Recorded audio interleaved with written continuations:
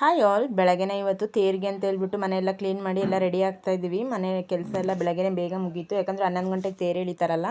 So ಅದರಿಂದ ನಾವು ಬೇಗ ಹೋಗೋಣ ಅಂತ ಹೇಳ್ಬಿಟ್ಟು ಮನೆ ಕೆಲಸ ಎಲ್ಲ ಮುಗಿಸಿ ಮಕ್ಕಳನ್ನೆಲ್ಲ ರೆಡಿ ಮಾಡಿ ಮನೆಯಲ್ಲೆಲ್ಲ ಪೂಜೆ ಮಾಡಿ ಇವಾಗ ಹೊರಟಿದ್ದೀನಿ. ಮಕ್ಕಳೆಲ್ಲ ರೆಡಿಯಾಗಿ ಆಲ್ರೆಡಿ ನಿಂತಿದ್ದಾರೆ.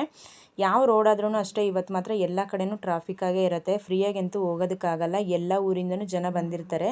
ತೇರು ಅಂದ್ರೇ ಹೊಸೂರಲ್ಲಿ ತುಂಬ ಫೇಮಸ್ ಆಗಿರುತ್ತೆ. ಇವಾಗ ನಾವು ತೇರು ಜಾಗಕ್ಕೆ ಬಂದು ರೀಚ್ ಆಗಾಯಿತು. ಆ ರೋಡಲ್ಲಿ ಬಂದು ಎಲ್ಲನೂ ಐಟಮ್ಸ್ಗಳು ಇಟ್ಕೊಂಡಿದ್ದಾರೆ. ಶಾಪಿಂಗ್ ಐಟಮ್ಸ್ ಏನು ಬೇಕಾದ್ರೂ ಶಾಪ್ ಮಾಡ್ಕೊಬೋದು, ಬಾರ್ಗಿಂಗ್ ಮಾಡ್ಕೊಳ್ಬೋದು, ಮತ್ತು ಯಾವ ಥರ ಬೇಕಂದ್ರೂ ಶಾಪ್ ಮಾಡ್ಬೋದು. ಅಷ್ಟು ಚೆನ್ನಾಗಿರುತ್ತೆ. ವರ್ಷಕ್ಕೊಂದ್ಸರಿ ಬರೋದಲ್ವ, ಎಲ್ಲರೂ ಎಂಜಾಯ್ ಮಾಡ್ತಾ ಇರ್ತಾರೆ. ಜನ ಅಂದರೆ ಈ ಸರಿ ತುಂಬ ಜನ ಅಂತ ನನಗೆ ಅನ್ನಿಸ್ತಾ ಇತ್ತು. ಲಾಸ್ಟ್ ಇಯರ್ ಕಂಪೇರ್ ಮಾಡಿದ್ರೆ ತುಂಬ ಜನ ಇದ್ದರು. ತೇರು ಹತ್ರಕ್ಕೆ ನಾವು ಬಂದ್ವಿ. ಇವಾಗ ಬಂದ್ಬಿಟ್ಟು ತೇರನ್ನ ದೇವ್ರ ಹತ್ರ ಬೇಡ್ಕೊಂಡು ತೇರು ನೋಡಿಕೊಂಡು, ಜನ ಅಂದರೆ ಜನ ತುಂಬ ಜನ ಇರ್ತಾರೆ. ಉಪ್ಪು ಮತ್ತು ಬಾಳೆಹಣ್ಣು ಹಾಕ್ತಾ ಇರ್ತಾರೆ, ಎಲ್ಲ ತಲೆ ಮೇಲೂ ಬೀಳ್ತಾ ಇರುತ್ತೆ. ಹತ್ರದಿಂದನೇ ಈ ವರ್ಷ ಬಂದು ದೇವ್ರನ್ನ ನೋಡ್ದಂಗೆ ಆಯಿತು. ಜನ ಅಂದರೆ ಜನ, ಬಿಸಿಲು ಬೇರೆ.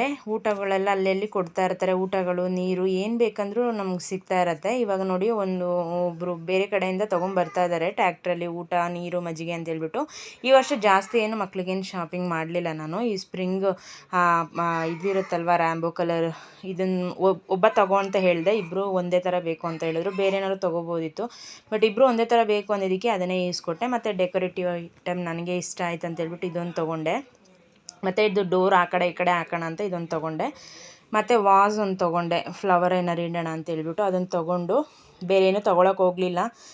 ಮನೇಲಿರೋದೇ ಸಾಕು ಅಂತೇಳ್ಬಿಟ್ಟು ಮಕ್ಳ ಹತ್ರ ಬೇಜಾನಿದೆ ಅಲ್ಲ, ಸುಮ್ಮನೆ ಏನಕ್ಕೆ ವೇಸ್ಟ್ ಆಗುತ್ತೆ ಅಂತೇಳ್ಬಿಟ್ಟು. ನೀವು ಕೂಡ ತೇರಿಗೆ ಹೋಗಿದ್ರಿ ಅಂದರೆ ಕಮೆಂಟ್ ಮಾಡಿ ಫ್ರೆಂಡ್ಸ್. ಈ ವಿಡಿಯೋ ಇಷ್ಟ ಆದರೆ ಲೈಕ್ ಮಾಡಿ. ಬಾಯ್.